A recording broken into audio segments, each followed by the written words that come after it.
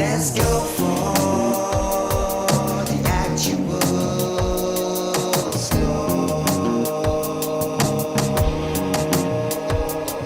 Europa, natural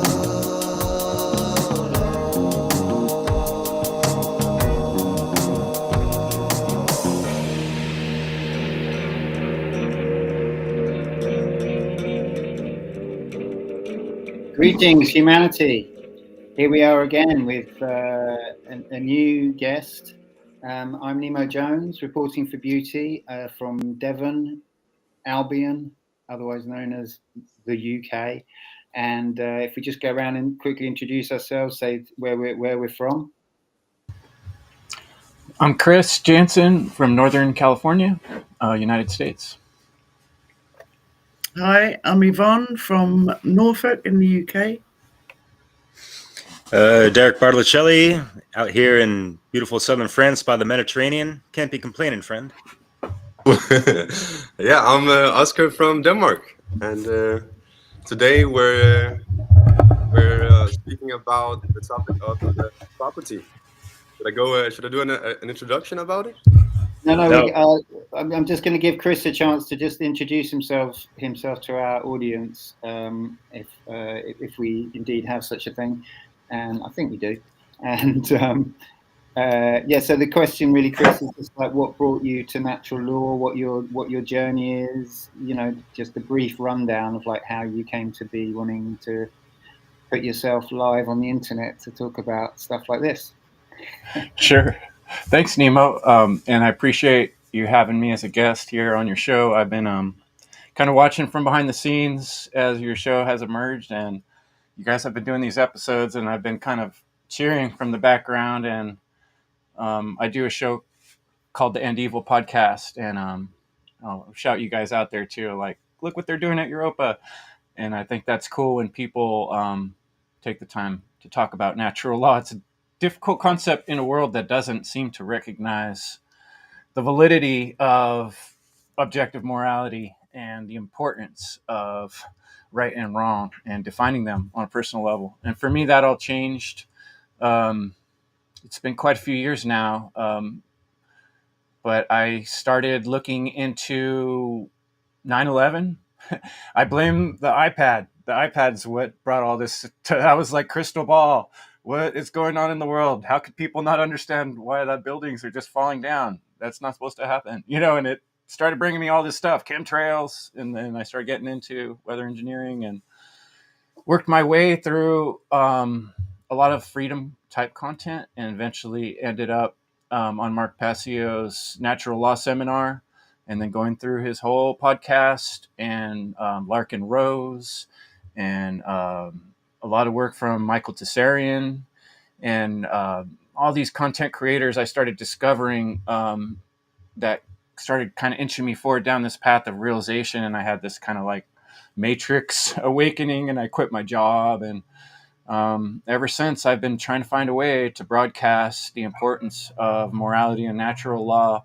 I think that is the fundamental question and answer that needs to be dealt with in order for us to move forward as a race.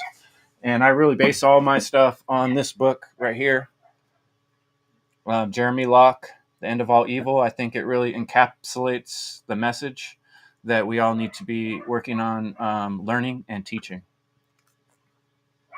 So that's my short as I can make it. Great. Thanks. Thank you.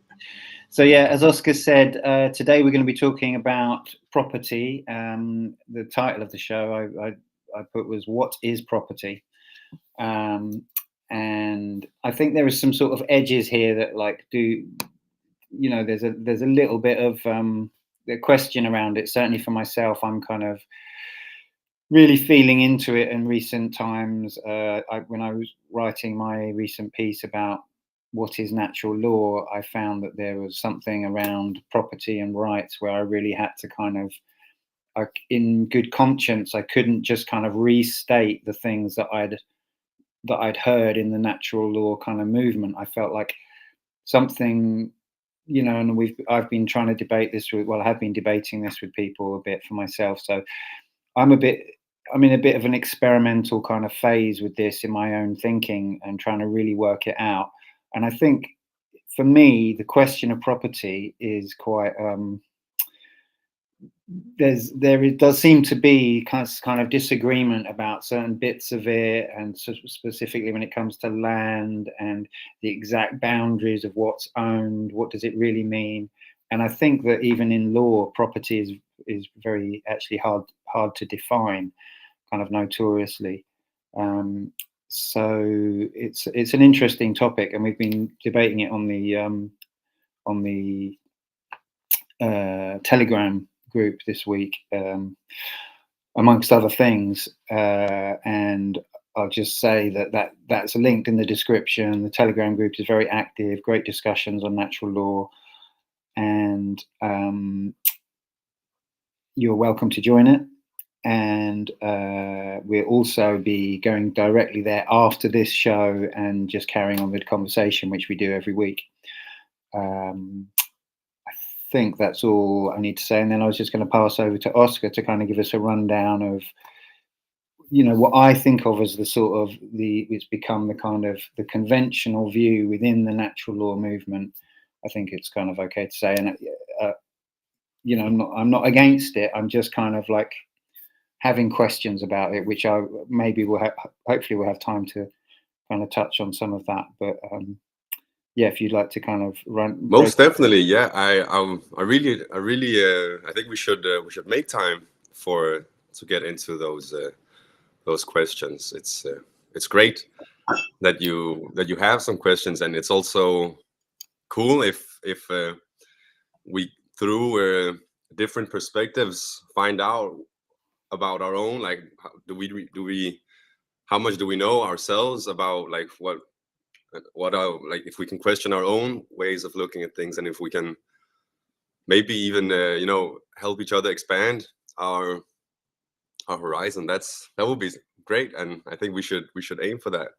So yeah, I'll start off, and the title of this discussion is what is property, which is a great way to start a conversation, just to answer the what of what something is.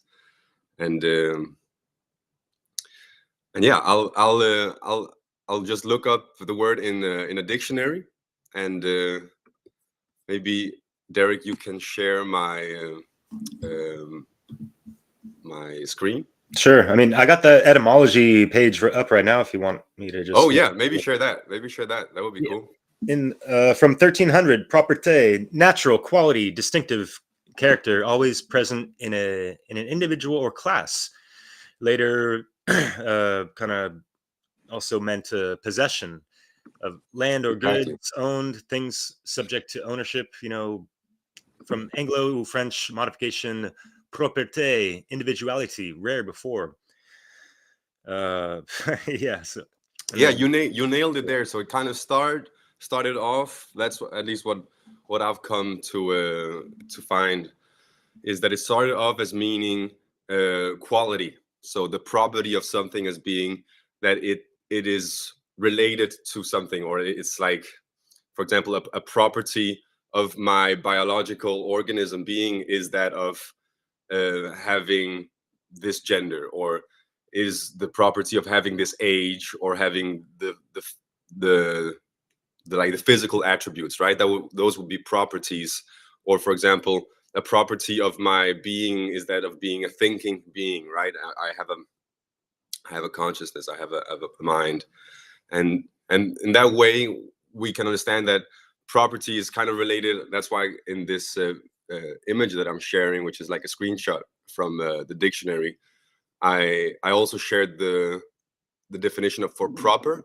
So proper, like when we say everything in its proper place, everything has its like it's a proper place, like its rightful place, you could say. It's also a synonym you see here in the definition B, or in the, it says like right, or it's the fitting thing, the suitable thing. So proper, we might think of it like, oh, you have to have manners, or you have to be like there's a specific way of doing it, but it's also like the appropriate the appropriate. Yeah, maybe I'm kind of ranting a bit here. So I guess I was just trying to say that property in that way of relating to the nature of something, of like, for example, the proper place for a bird, you would say maybe is the sky or is a tree, right? It's related to its being. It's where it's in its natural habitat, and in that way you can see also, well, the property of a being is it's that being's nature, or it's that being's you know, Life. yeah. And Sorry. then it kind of goes into where we're speaking about, well, what can be property, what can be a property of a being, and then we can speak of, it's like it's the possession of something, or it's what is owned by a being, and that's where it gets interesting, because that's where I think the different perspectives come into the picture. So I know that this was a long rant, but if I had to kind of sum it up, I would say property means something which is owned, and that's, for me, is like the simplest, the shortest way I can define it, is anything that is owned, anything that is you could even say rightfully owned, if we're speaking about rightful property, or like true property, because that kind of covers both. It does cover, like, I own the qualities or the attributes that are part of my being, but I also own those things which are in my possession, or which are in my rightful possession. That's why also I want to share this slide of Mark Passio in his natural law seminar. He defines ownership as three things, meaning three things, that if one owns something, an individual maintains rightful possession of that thing, and maintains the control of usage, which means one decides how one is going to utilize that thing. And then also one has responsibility for it. One has the responsibility to take care of it, to maintain it. And for me, that was actually it really hit hard when I understood that it was really related to starting to understand rights better. And so yeah, again, I would define property as anything that is owned, and ownership as meaning one did not steal it, one is in rightful possession of it, one decides how one uses it, and one is able to take care of it. One has like it is no one else's responsibility to take care of it. And then maybe before we go into other questions, I think it would be cool if we all maybe did the same thing here, shared a bit. What do we think property means, or ownership means, and do we have like some common ground here when it comes to defining that? Yeah, sure. I mean, I'll just piggyback off of what you said in regards to, property rights. Oops. And so what is property? Something that we own. We came in here as a soul. We embodied this, meat suit, or whatever you want to call it. And it's something we have to take care of. We have to find the ability to respond properly to it, and respect it and defend it as well, because with this life essence we have in this matrix, or just in this world, our freedoms are being impeded on, and our free will, we don't have all the free will choices that we actually should in our proper natural state. So yeah, there's a lot to consider, and and also we're going to get into this because just from the materialistic point of view, like, oh, like everything belongs to the earth, everything's temporary, so like it's not even worth owning anything, really. Sometimes, like, it just seems a slippery slope. Sometimes people have this train of thought, and it's like, well, where do people live? Where do animals live? I think birds don't make a nest through the earth, and the sticks and all these things. So It reminds me of a really great chat we had with Chris Jansen and the One Great Work Warriors, talking about the book Ishmael. And in there, they have the concept of leavers and takers. And that is in respects to how we treat Mother Nature. And are we taking more than we actually need and able to just, or are we able to, you know, take what we need and leave the rest for, you know, to keep the abundance going, right? So, yeah. Oh la la, mon ami. Magnifique. Yeah, that's all I'm going to say for now. So, Yvonne, someone? Oh yeah, my understanding. Obviously, I agree with what you just presented, Oscar, and is when I think about like ownership, what do I own? I own nothing apart from my body. Even like the car I drive, I don't really own that. I don't own any possession. I don't have a problem with anyone owning houses, even land to a certain degree, if it's being respected. But my thing, what I was going on about on the chat in the last few days is that we've all been born into this world, and it just seems a bit out of balance, because land ownership, I think most of it, there's probably 1% of the population that's acquired owning land that's just in some way. The rest, I think, has been acquired through theft. It's either been stolen from someone else, or no, it has. It's just been stolen from other people, and yeah, I can't get my head around that. How we as human beings have sort of kind of accepted that.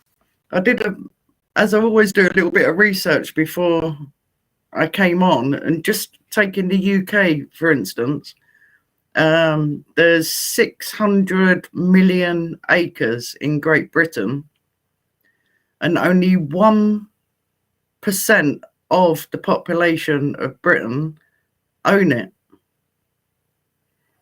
And we're all like squashed into tiny little towns. Like, I don't know what to do about it, because I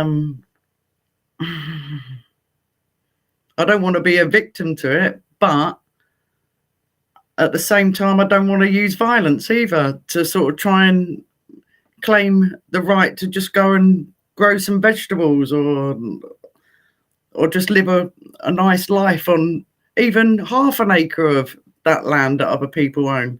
But there's just so many rules and regulations in the way, and I have sort of tried to set up things in the past, and the system has come down pretty hard on me that hasn't allowed me to even have a community allotment. And I just wanted to point that out, how I think ownership, what I'm trying to say is, I think ownership of land is, I don't think anyone should own it. I don't want to sound like a communist or anything. And I know it does kind of sound like that. But as soon as someone has made that claim that they own it, I think that's where all the trouble has started. It's who owns it really? Who owns the land itself? And there's so much land on this planet. There's enough for everyone to be enjoying it and communing with nature. And what do we do about, I don't know, I don't want to bore you, but I wrote down how much. Like, I'm the neighbour of King Charles III. He only lives around the corner from me. So I get faced with it every day, how much land that he actually owns. And so I broke down today all the main landowners of the UK. And it was so interesting, because obviously the military, they own a lot of land charitable organisations, which the king is actually the patron of. So he's got his hand in that. Utility companies, the Church of England, which he's the head of. So basically, in Britain, the king in this country owns most of the land. And yeah, I don't know what to do about it. I don't want to be violent or anything, but it just seems a bit. Yeah, I don't know what to do about that. I just think it's just totally unfair, immoral, and yeah, not good. And I know there's people from other countries. I don't know if you'd be interested in this, but what was the figures? Yeah, the royal family, they own what is it? Oh yeah, I couldn't even say it. I had to ask fucking Google how to actually pronounce it because it was coming up in big figures. It's 600 billion and 600,000 across the globe that one family actually own. And it's So yeah, I'm just gonna jump in, Ivan, because yeah, I really find it crazy and interesting as well to think about those claims of ownership and when we're speaking about what is owned by who and what yeah, is claimed to be owned by who. And I really think we should dig into that. I'd also love before that just to get everyone on the same page. I just want to make sure that Nemo and Chris also feel as though we're speaking about, like, it'd be cool to know how you define property, and then I would love to continue exploring what you're talking about, Ivan, about land as property and like, you know, people owning absurd amounts of land and so on. yeah. I just wanted to point out that in that ownership, it is actually enslaving us. That's all. Yeah, All it's right. insane.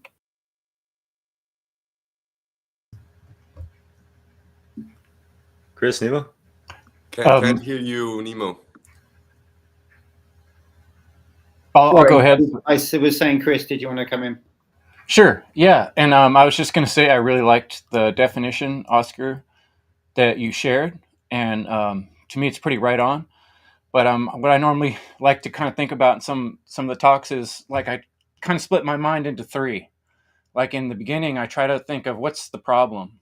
What's the crux of the problem here? Because in theory, I can see how, especially like when you look at anything philosophy from the outside, it can seem convoluted. And I think even looking at our chat, sometimes people might be like, what are these guys? You know, it's circular reasoning, you know, like you guys are going in circles. But there's a lot of nuance on these things. And it's very difficult and complex because for years and years, certain people on this planet, maybe not even people, who knows, there's been a lot of violence and harm done to the minds of people on this planet, to the point where people are very confused about the meaning of things because there's been a lot of lies told to people from the time in which they were very young. So a lot of these basic concepts like property, which seems really simple, things you can own, things you can have, right, is super obfuscated. You know, there's all these complications, and Yvonne's bringing up some of the things that, you know, come to mind. Like, wait a second, what about, you know, all these people that are stealing on a massive, you know, and, you know, there is this problem of people claiming land, which, how do you really own something that comes from the creator and that lives longer than you do, you know? And I understand those arguments. And so for me, the crux of the problem, really, the reason that property rights is so important and the crux of it is, I usually call it our skin. I feel like there's a natural boundary formed by the universe, formed by reality. And a lot of times we can find allegories or metaphors in nature, just the way creation is. And it shows us things, but we have to kind of use our right brain a little bit along with our left brain to really make this work. Because we can be really left brain and pick apart a word, and this is the exact meaning. We're just talking about a thing, but there's also the spirit of the thing. and an understanding of how it fits into the context of why is that important and what do we do because of that, you know? And so the crux to me of the discussion about property is my skin and my body, because the real confusion I see in the world is that we don't understand that as a race at all. Government owns you the way things are right now. They own your stuff, they own your time, and they own your labor. And that's where the crux of the problem is, that most people think that's okay. They don't see the problem that someone else is claiming ownership on 30 to 50% of everything you do. That's like someone saying your left arm is mine for your whole life, from the time you're born to the time you die. You can only have your right arm. The left arm belongs to our organization, which isn't even a human. It's an entity, which is kind of like a bad spirit in my mind, like a demon, you know? So, you know, that's my important thing, is that, like, I understand the arguments and disagreements where we get into the weeds about who owns land. It can get very tricky. But do you own your own body? Do you own what goes into it and what comes out of it and what choices you make with it?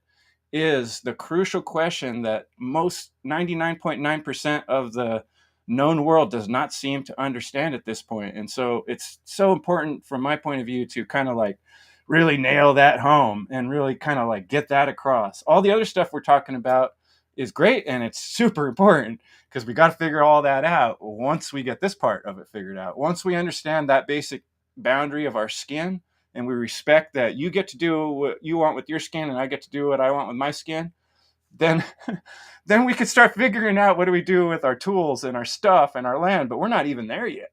We're still pre-kindergarten. And so that's kind of why I get hung up on the basic principle, because I don't feel like people out there really get that, you know. So that, I'll pass it on, Nemo. Thanks. Thanks. Yeah, so I mean, it's a bit. I mean, I'm coming in from quite left field angle really into this conversation. So I mean, I'll just that's it. That's who I am. That's where I'm at, sort of thing. So I like to sort of really, if I can, get to fundamentals and also like pull apart fundamentals and kind of see like, well, is this, you know, what's really here? And that's what I've been doing with this subject. So I've been looking into the idea. I tried to like really simplify it, like what you've said, Chris, but I kind of was like, I really spent quite a long time really contemplating this, meditating on this, and I'm sort of exploring the idea that actually it's not the skin, but it's actually the free will that which we've just been discussing behind the scenes. But that's the thing for me that I feel is, it's not just the thing that I feel that I own my own choices, you know, as in every word that comes out of my mouth is my, you know, I'm choosing that, and that's kind of undeniable. It's like that's what life is this process of choice.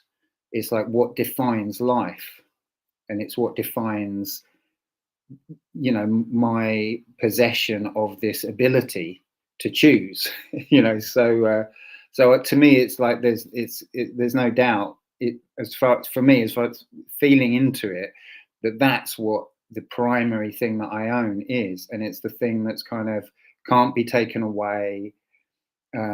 It's just so primary. And it's also like when I encounter another being, it's not really about their skin, it's about their free will as well. That's what the negotiation is going to be about. You know, if there is anything to negotiate, that's what it's about. It's about, well, you have your will and I have my will. How are we going to work this out? You know, that's what life is really about. So I'm trying to pare it down, and I'm also sort of seeing these debates that happen where, like Yvonne said, you know, people start to say, oh, you're sounding a bit communist there or whatever, you know, because people are like, well, can you really own land? And all of these kind of questions come up. So I think there's a sort of wide spectrum of feeling about it. I would kind of feel it's almost is more feeling than thought in a way, or it's a combination. So, you know, on the one hand, you'd have the sort of masculine, left-brained, libertarian, homesteader, you know, with and they've got their gun and they're like, right, this is I've got my place, you know, there's that kind of approach. It's like it's very material based. It's like, here, I've put a fence, now this is mine, kind of thing. And then on the other side, you've got a much more kind of less defined kind of longing for something quite different to that, which is more feminine, more right-brained, more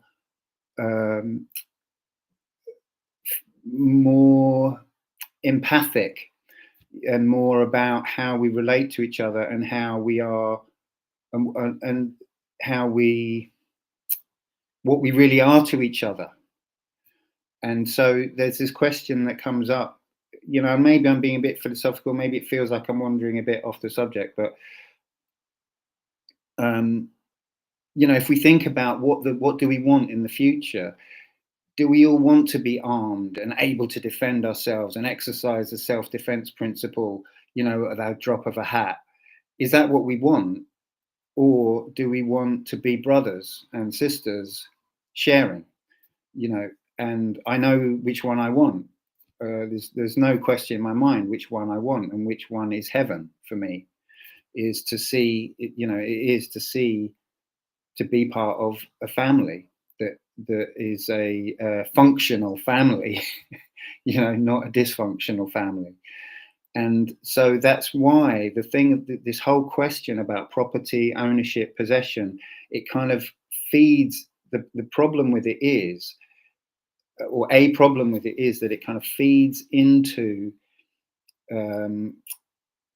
this fear, you know, fear of loss, you know. And when you start to, I notice this when it comes up in discussion, the sort of tension seems to come up, and people seem to start to go, well, hold on, if you're saying, you know, you can't own land, then but what about my home? You know, it's like, it's a kind of, there's a fear-based response potentially. And I'm not kind of dismissing the ideas of, you know, rightful ownership and stuff, although, I mean, there's lots of chat going on. Unfortunately, we still haven't figured out how to get it up on the screen, but there's lots of chat on YouTube. And part of what's being said there is, well, how do you define rightful possession of, particularly, I think, of land? What does that actually mean? And, you know, I'm sure there is a you know, kind of a clear answer for that. But just to kind of like detour a bit into that question, I've looked at, without, you know, and I'll finish on this just to go, I don't want to go on too long, but I've had debates with people where they've kind of compared land to any other material thing, you know, and they've said, oh, land is just, it's just like a hammer. You know, you can own a hammer, can't you? Well, then you can own land, sort of thing. And to me, like, land is of a completely different order to any other material thing, because it's the plane of our existence. And so you know, if you're demarking, you know, if you're marking out, well, here's a place you can go and here you can't go, well, that's your freedom of movement. That's impinging on your freedom of movement. So I mean, I thought of a sort of little analogy, but I won't, maybe I'll have time to sort of go through that a bit later, but I'll finish there. But that's kind of something about the approach that I'm kind of bringing to it.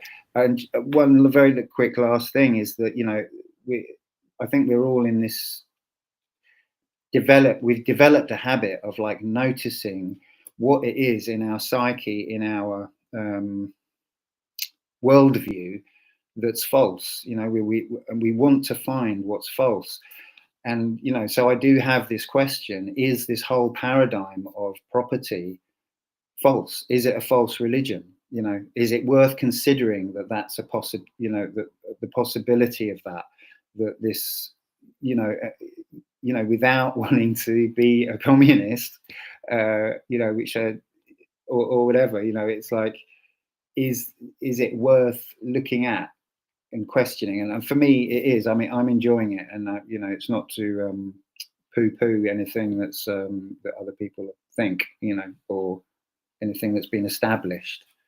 You know, it's just, I think it's good to question, and that's what I'm kind of doing. I think you touched upon a very interesting thing when it comes to when you described that maybe the only thing we can own is our free will. You said that it is something that cannot be taken away from us, and I thought that was an interesting aspect when we're saying that maybe an part of the way we should define property is something that cannot actually be taken away from us. I'm not saying that that's the way we should do it, but I'm saying I'm asking the question, and the reason I'm doing that is because it's an argument I've heard before when the topic of property has been discussed. I've heard, well, if someone can take it from you, then you don't really own it. Is an argument that I've heard, which I thought was interesting, and also maybe related to that aspect we were speaking about before. Like, there's three aspects that Mark Passio uses to define property, and the third one is responsibility.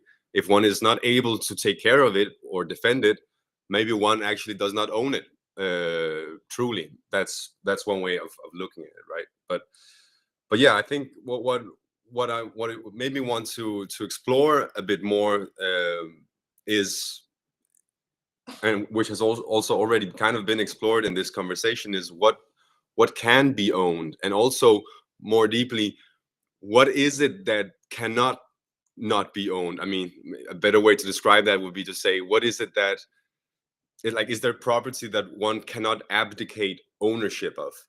Is there things that we can't not own?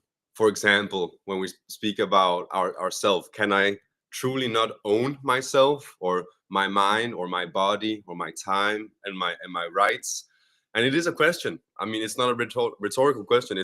I'm actually asking because on one hand, what one could say can come with one argument, and one could also come with other arguments. So that's one of the questions related to what is it that can be owned. And also another important question, I think, is what cannot be owned.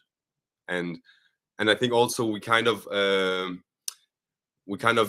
touched a bit on that, Nemo, when you spoke about the world you want to live in, a world of brothers or fraternity and sisterhood, where we don't own each other, and we understand that we cannot, like, any claim of ownership over another being is a false claim, is not a claim that is true in nature. I think that's kind of what, like, the most important thing when it comes to understanding what is it that I cannot own. I'm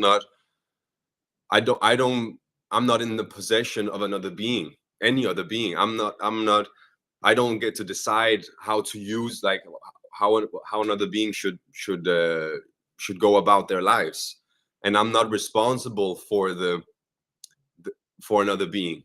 Like, everyone has personal responsibility. That's not to say that we cannot be stewards and be way showers, or parents, or uncles, or aunts, and grandfathers and grandmothers, and so on. That we can be that positive example, and be nourishing and protective, and so on. It's to say that everyone has personal responsibility, and yeah, I think that's for me is like, because it's also the apophatic method of inquiry, right? It's exploring what ownership is, or what property is, by saying, what is it not?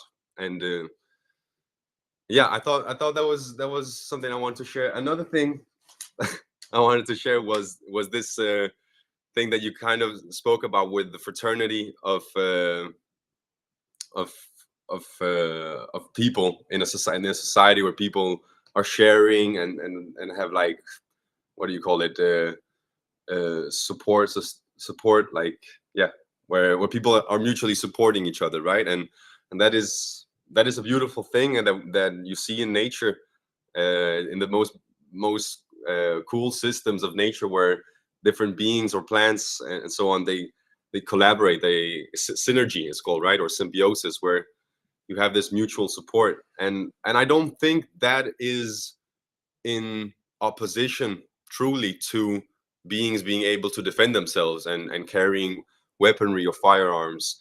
Of course, there is an extremity of that attitude of we should be able to defend ourselves. We should just we should focus so much on our ability to be able to protect ourselves that we forget that we can also help each other out and share, and it doesn't become like oh, you're trying to step over my boundaries, you're trying to get mine. So there is some truth in that. There is a schism that can happen, which you also touched upon, Chris, when you spoke about the left brain and the right brain.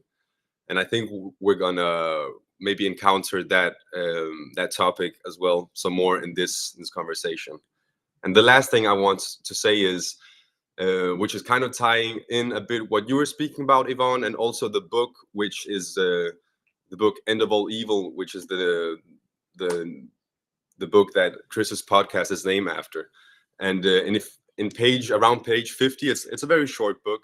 In I think it's around 100 pages, and then it goes into around page 50 that that nations. There's a small chapter about nations, and it goes into this that we've spoken about. I'll just read from the book. It says, nations drew lines across the globe and eventually swallowed up every inch of inhabitable land known to man. All those who live within these lines become the property of the state. And I thought that was an interesting paragraph to share, because as Chris, you were saying, we're all taught ideas about property. We all encounter certain narratives and certain ideas that don't necessarily align with the truth of reality, of nature. And I think the most important ideas for us to get right, to heal in our own psyches, one of those ideas is the idea of property. And is that idea just a religion? Is it simply something people believe in, or is it actually something, as if I'm going back to the definition that I shared, where we say property both means an attribute, a quality of someone, but it also means something that they own, something that they are in possession of. And I think we should really own everything that is ours, like own it as in integrate it, and when people say own it, in the sense that you should take responsibility for it, right? We want to claim everything that is ours to claim. We don't want to have things that are actually ours slip through our blindness. We want to be aware of who we are and what is ours, and in that way also become aware of what is not ours, so that we don't violate others, don't violate that boundary. And so I'm saying that there is, just as we've spoken about objective truth and objective morality, that there is such a thing as objective property. But I do see the challenge in defining that, and I also get the question of saying how much is actually real when it comes to property. Is it just something that people believe subjectively? And because it does seem like it's in some ways a unique thing for people. To mind don't come a lot of other examples in nature of ownership, except, as you were saying, Chris, the ownership of one's own skin, or of one's body, right? That's the most basic form of ownership. So I think the question I'm asking in conclusion here of my rant is what can be owned? A lot more than meets the eye, and especially that is before us. I mean, do we not have our own little kingdom within, our own personal space that we've worked for, however you paid to acquire whatever things? So I guess this microphone is not my property, just because, people want to over philosophize on what the fuck property rights are and all these things. Like, you see the slippery slope, and there's people that are so anti-materialist that they are throwing out logical fallacies all the time, and it doesn't help anything, because like you said, there's these psychopathic controllers that have drawn these fucking invisible lines, as mentioned in the book Jeremy Locke. And it doesn't matter, like if property is a religion or not, they tend to act upon it like it is. They're obsessed with it. They're ensconced in this belief that they need to control us at all fucking measures and all this stuff. And our own rights of, our labor, and even trying to acquire a house, we're still getting taxed. So technically we don't fucking own these things 100%, right? And with the great reset of fucking Klaus Anal Schwab bullshit, they want us to own nothing and be happy. So it's getting fucking worse. So some of this anti-materialistic talk it doesn't matter. It's not important. It's not a fucking priority. You know what I mean? So I say that not to people on this table, but I hear things in internet land sometimes, and it's just like, wow, where do we go from there, guys? Like, so you've never worked at a job before that has a building, and they, constructed something, it became a property, and someone, filled that space and created a restaurant and all this stuff, and you work there and make money and all this stuff. You take it to natural law, you don't steal anything. You work in that place, people are tempted, oh, I could take a fork or a glass or a bottle of champagne and take it to my house. Ask yourself this: was that yours to own, to take, to begin with? That's all that fucking matters. Did you own that before? And if you own stuff in your house and it gets stolen, how do you feel about that? You know what I mean? So, and then think about this, like when you're married or in a partnership. Oh, I got my girlfriend or my wife, it doesn't mean you fucking own them and you can control them and boss them the fuck around either, So in a interpersonal relationship, we have to respect other people's property rights. And that includes, yes, their freedom, their free will, and their bodily autonomy. Those are the main three things that Mark Passio talks about in his slide. And we delve into these things and we understand more about ourselves, and we can, reciprocate that self-care to other people and build this foundational brother sistership thing. Yeah. And I feel like, so we're using some of the prima materia from Earth. Unfortunately, the dead entities, like Chris mentioned, the corporations, it's a corpse, right? Incorporated. Not that funny, especially when they're raping and pillaging the Earth just for a lot of fucking profit. And they are continuing this insane economic cycle because they got their motherfucking shareholders, expecting income and more of it. They can't get enough of it, right? So what happened to the good old essence of, take it back to the Shire, right? In good old Hobbiton, where no one was forced to do anything. And we could take this back to our ancestors.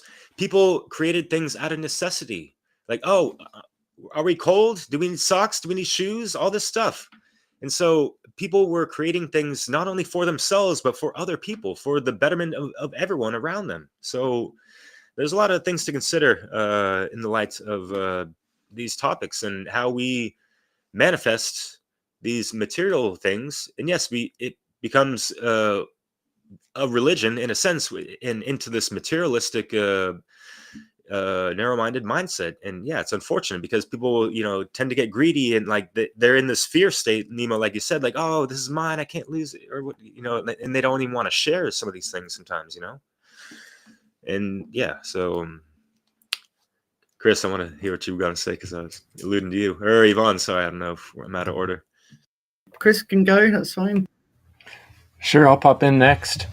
I wanted to share something that Leslie sent to me because she's been thinking about this too, Leslie Powers. And I think it really relates to something you said, Yvonne. And she said, when we value ourselves, our intrinsic needs, our resources, and each other, then we will not waste or abuse those things. If we are suffering inside and operating unconsciously from wounded parts, we will act from greed, jealousy, smallness, and competitive hoarding. We can't ever get enough because external things, property, will never fill the real need. The abuse of property rights is a sign of psychological imbalance. It's an effect. And I think she's right. I think that part of the reason this stuff is all so confusing is, like I said before, there's so much pervasive, confusing messages been put out for so many years, and people have been doing things in such a wrong way, like in Ishmael becoming takers. But I really appreciate too the words of Viktor Frankl. And Viktor Frankl, someone who I've always quoted because he, experienced about as far as they can go. Killing your whole family, threatening to kill you, torture, all these things, right? He said, between stimulus and response, there's a space. That space is our power to choose our response. In our response lies our growth and our freedom. So I think that really, to me, encapsulates the flavor and the heart of what Nemo's saying. And I really appreciate that heart. I think learning to value how precious our choice really is the essence of what freedom is. And being able to value our choice, is really what it comes down to, being able to choose. And so, but that's just kind of finishing the thought I was saying before. I also wanted to provide some resources for folks on the subject of property. I think a lot happened during, 100, 200 years back, maybe even a little more. Some of the socialism movements that came along produced a lot of writers that saw the problems with socialism and started doing a lot of writing about how to solve the problems that socialism created. And that's the things that you're kind of getting accused of, Nemo. I think of a story. These English settlers, traders land in a Haitian, I think it was Haiti, and they're trying to land their boats, and all these villagers come out and they just start plundering the ships and taking all these people's stuff, because that's the way they did things there in their village. They really shared openly. You're allowed to use whatever you want. They didn't have the same boundaries that we have in the modern times, nor the English people. So, in some of these situations, it turned into a bloody killing. They just started killing them all because they thought they were stealing their stuff. But these islanders, they weren't stealing. That's just how they did it. They had different boundaries. And I think that goes to show that we don't have to do it a certain way. There's different ways to handle these things, right? But I would recommend to understand the progression of where we're at in time right now, is the context is really important. A lot of people lived through some pretty bad fascism and socialism. And I would point to, number one, Ludwig von Mises, and look up the Mises Institute. There's an incredible wealth of information there about property and property rights and how we could look at it. And the best speaker I've ever heard, I'm not the best reader. I love reading, but I'm a really slow reader, so I generally listen.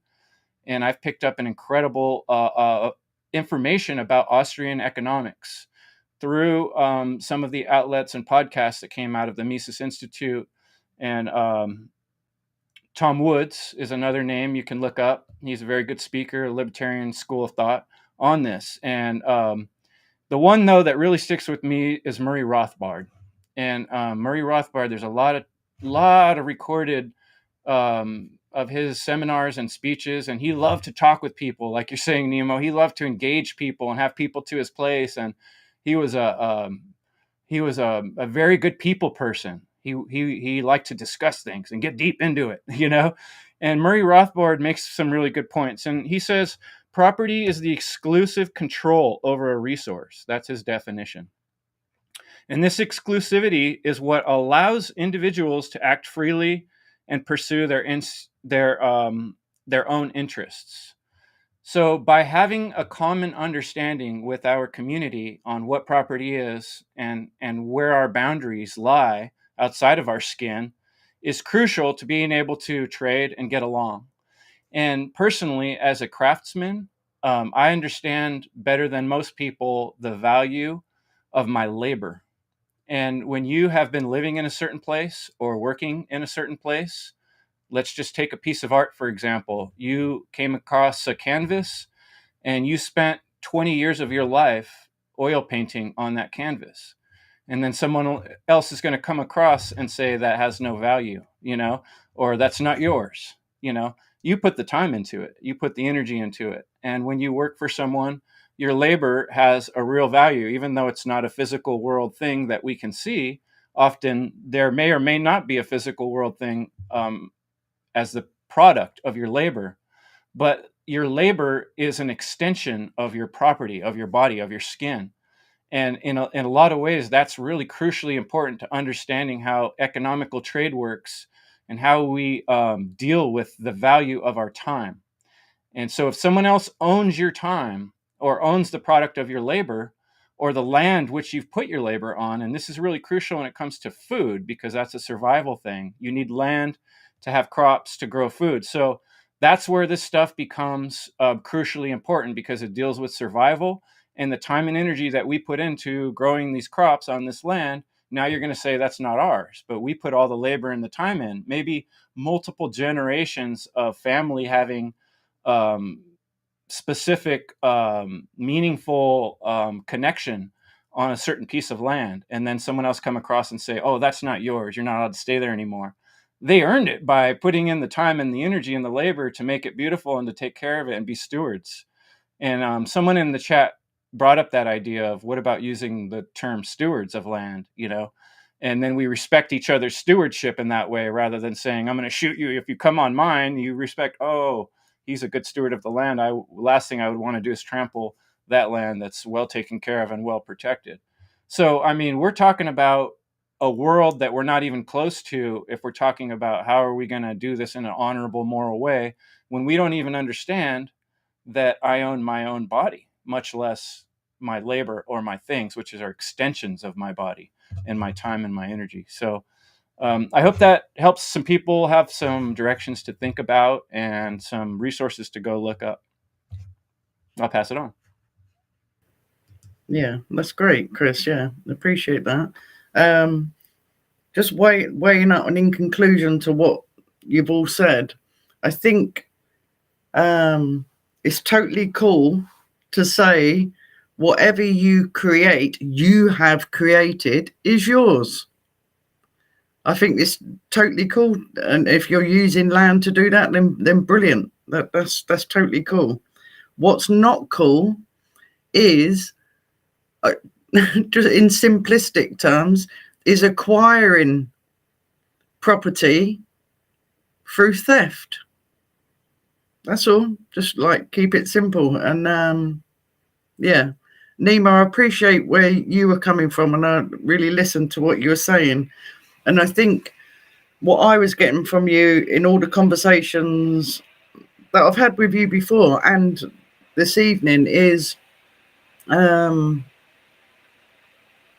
you're, correct me if I'm wrong, you're maybe looking at the effects of the immoral actions that have actually happened that's rendered us all in this situation for eons and eons and eons. And I'm suspecting that you're thinking that maybe some of the attitudes or solutions going forward are still,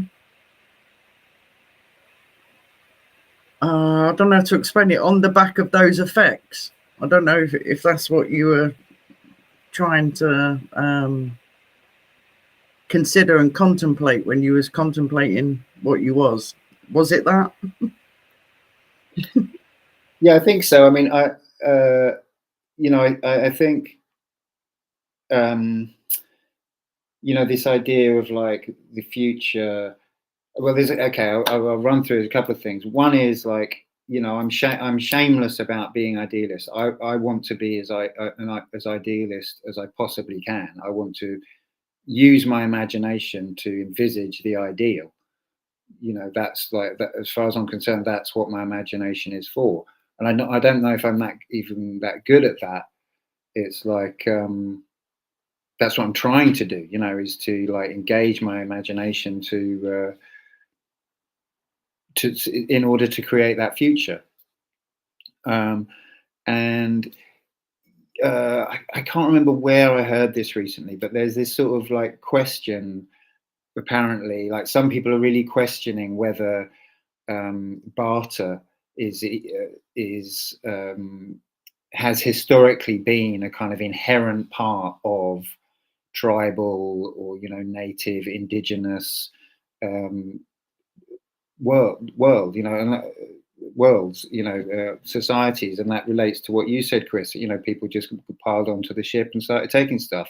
They're not bartering; they're just like, great stuff, and like that's a different, it's a very different perspective, and it's like there is a different kind of world. A different kind of world is possible where we did, and Jared Winstanley, who I think someone mentioned maybe in the pre-show chat or on the Telegram group or something, he said, and I've said this before on the show, I think he said, well, what if we just carried on doing exactly what we're doing? We just took the money away. We just carry on doing exactly what you're doing. If you're a carpenter, you just keep doing carpentry, and then you go to the market and you get your veg, and that's it. You just take all the money out, and that's, to me, that's the kind of such a great, like, it's such a mind-blowing kind of like, what, hey, and that's what we need to do. We need to challenge our ideas about this, and I love what Oscar said about this thing of own it. That expression, it's kind of, there's something about that expression, because normally people say it about it's to do with something in your character or something about your, like some quality that you have or some skill that you have or something. It's like, fucking own it, mate. Do you know what I mean? It's like there's something about that feels, that just resonates, and it's like where ownership becomes something that is 100% correct, because it's like, yeah, that is me. That's where that phrase comes from. It's like, because it's actually me, it's my quality, that only I have. And that's what we need in the world, so that's why I'm kind of trying to emphasize this thing about free will and reducing it down, because I feel like this kind of, otherwise we start to reach out in intellectually, or towards starting to think, oh, how can I be, we lose ourselves straight away, I think, when we think of property as something external. The first thing we need to have ownership of is ourselves, and we haven't got that. I mean, I think maybe I'm echoing what Chris has said, but maybe slightly different language or something. But I don't know. To me, this excites me on this subject. This is where I start to think, hold on, there's something here that's different to the kind of I mean, we haven't talked about Locke, and there's not just Locke. I mean, you referred to a lot of these philosophers and writers, Chris, who started to talk about property and what it was and what it wasn't and all of that. There's obviously there's a big history of that. And I think a lot of what people, as far as I understand, I'm not a big student of philosophy, but as far as I understand it, a lot of it goes back to Locke. A lot of the way that people talk about property is kind of refers back to that and other writers around that time. And I don't know, I kind of find, I feel like there's something here, there's an interesting question here about finding something rawer and more alive, about what ownership is. I own my life, that's the kind of, like, fuck the rest, like that. It's the importance of that if we were all actually able to, like, feel that and be free, exercise our free will, then we'd start creating something quite different, and it wouldn't really revolve around systems of understanding and bartering and giving and taking. It would be just giving, because that's all that we can really do in life, in a way. Yeah, which is great, and that's what I'm sure everyone here is aspiring to. I just think for that to start manifesting on a large scale, we first need to fully acknowledge that we are completely enslaved by greedy thieves, and that does need to uh, be pointed out just as much as like us experiencing, like, we have a responsibility to like feed our spiritual side 100%. We need to keep that going, but I do think that a bit of activism does have to come in order to try and explain to people what has enslaved them, and the people that are enslaving them and are still enslaving them. And maybe we'll get to that point afterwards, because it's very difficult in order for people to experience what you're feeling and what you're thinking, Nemo. There's so much mind control to get through, to get to that point. And I don't know, I'm just being totally subjective here. It's just it's where I'm at the moment, is trying to find a balance with, like, feeding my spirituality so I don't get disheartened with what's going on in the world, so I still keep connection to that aspiration that you're talking about. But at the same time, I'm trying to come up with ways of being more of an activist in pointing out what's happened to us, like the wrongs that have actually happened. Because it's, from what I've researched today, there's been so much theft that's gone on, so much.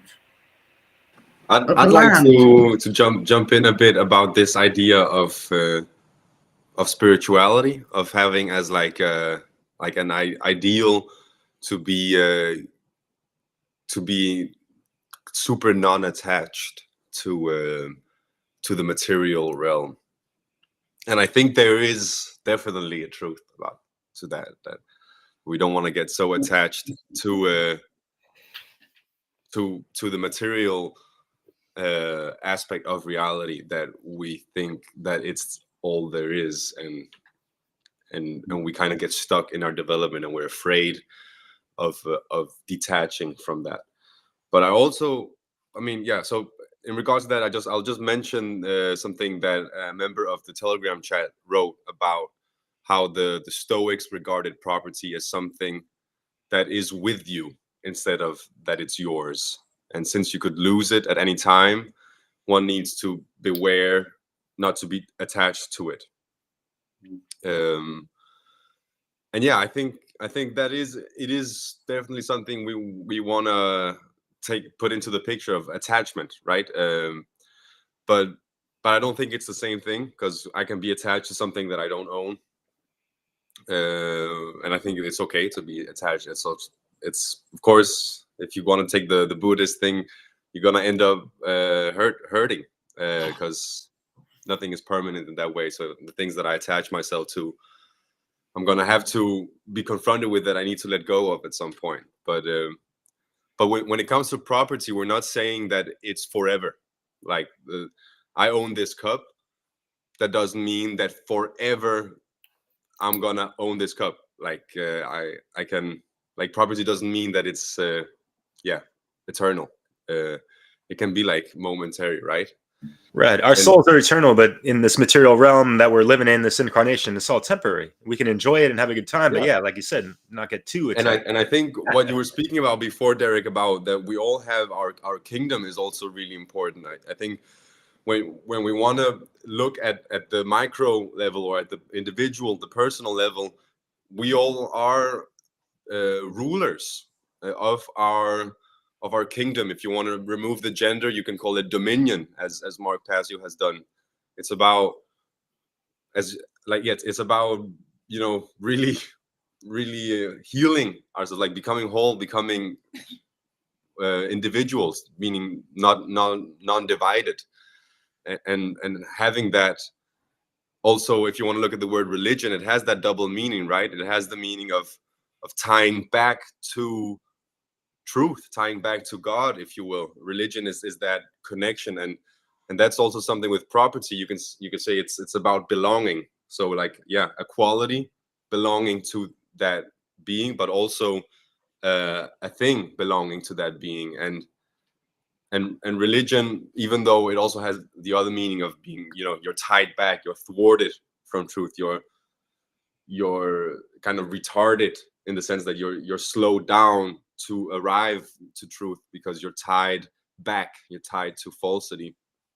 And that's where we can look at those false claims of property. We say, okay, well, I actually believe I own things I don't own. That's where you can say also the vegan argument and the anarchist argument come together, because they're in agreement that there are false claims of property. The anarchists are saying humans are not the property of other humans. We're not subjects of whether it be a monarchy or a republic government and so on, democratic government and whatever it is kind of government. Though those are false claims of ownership, and the vegans are aligning with that, because they're saying, well, just as above, no one has the right to claim us as property. Well, we are not above anyone else. We don't have the right to claim others as property, other beings, and yeah, that's why the vegans, from a moral, the vegans, as if it's like that one group. There's lots of different reasons why people choose that diet, but the moral reason to choose that diet is because one thinks that one does not have the right to take the body of another being, and that's where also, if we want to just look at the most, I think, most common use of the word property, when we're speaking about land, we're speaking about the ownership of a plot of land or of some territory. And if we're not speaking about the completely absurd, the monarchist perspective of I'm owning, amounts of land that I'm never even gonna be able to walk that far. Like, yeah, I'm just gonna. I remember like going. I think it was in there was like, maybe it was Lake Victoria or like some mountain where it was like, yeah, that's my lake, that's my mountain, and I'm just gonna give that to you, or something, like, where you're kind of going like, that's insane. Like, how are you gonna give a huge amount of land to someone, like, as if it's yours to give, right? You're not that important. But if we're speaking about property as in the sense, hey, I built my cabin here, or I set up my camp here, and this is the place where I live, where I'm staying. Do I have a claim over this place? Like, if someone wants to kick me off of this place, or wants to say that I don't have the right to be here, would it be true? Would it be in alignment with reality to say that this is my property, this is my place, I live here, and there's a whole world where you can go, but this place right here, this is where I am, and I have the right to stay here, and so on. And the argument against that would be to say, well, you don't have the right to claim property, to claim that land as property, because it's the living being, it's Mother Nature, or it's a whole biosphere of, well, not a whole biosphere, but it's like a part of an ecosystem of insects and birds and worms and plants, and how can you really claim those as your property? And that's where, yeah, someone was also speaking about stewardship earlier.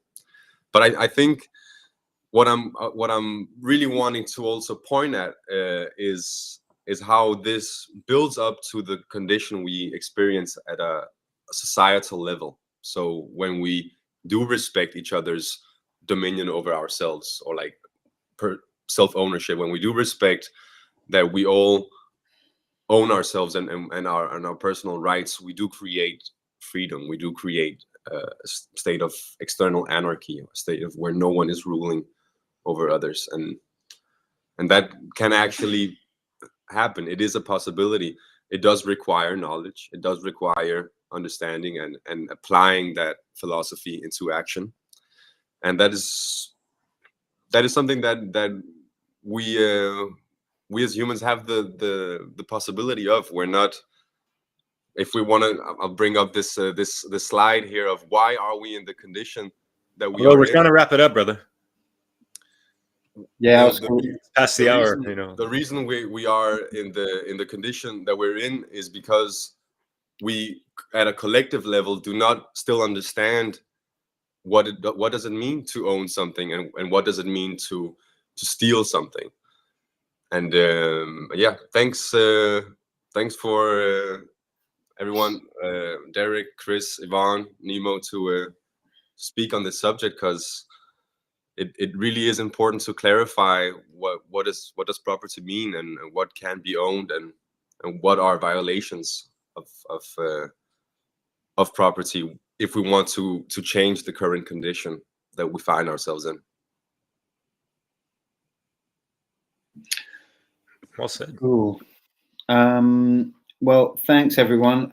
We're like 15 past the hour. Anyone got any brief closing remarks? Yeah, sure.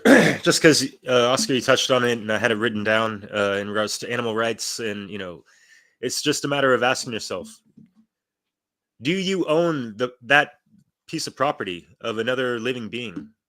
No one does. Short answer. But with how things have devolved from humans needing to sometimes sustain their energy for thanks to animal products, whatever. Ask yourself this: how do you honor that life that you're ingesting? Things to consider, and also in the light of today's era with AI, they can infringe upon all types of copyrights. We've seen, I don't know if you guys have been up on this. Chris is a copywriter actually, and it's a slippery slope with some of this AI stuff, because they can just recreate and regenerate anything that's that humanity is pumped into these algorithms and all this stuff, right? So things to consider. And as Sarah Cross said, thank you so much for the comments. Anything can be taken from you. It's about responsibility and disallowing that action, really, holding that self-defense principle, so folks don't get the idea that they can just take advantage of other people's property and get away with it and continue and perpetuate that, and others get influenced on that bullshit. We got to nip it in the butt type of thing. So yeah, that's all I got. Thanks for everyone joining the chat tonight.